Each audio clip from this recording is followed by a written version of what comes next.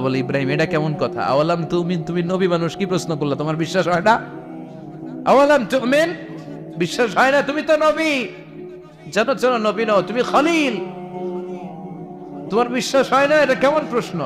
সাইয়েদনা ইব্রাহিম বললেন বালা, বিশ্বাস হয়, ওয়ালাকিন লিয়াতমাইন্না কলবি, কিন্তু দেখলে ভাল লাগবে, দেখলে ভাল লাগবে, অন্তরটা ঠান্ডা হবে। এজন্য সবকিছু দেখে নেবেন।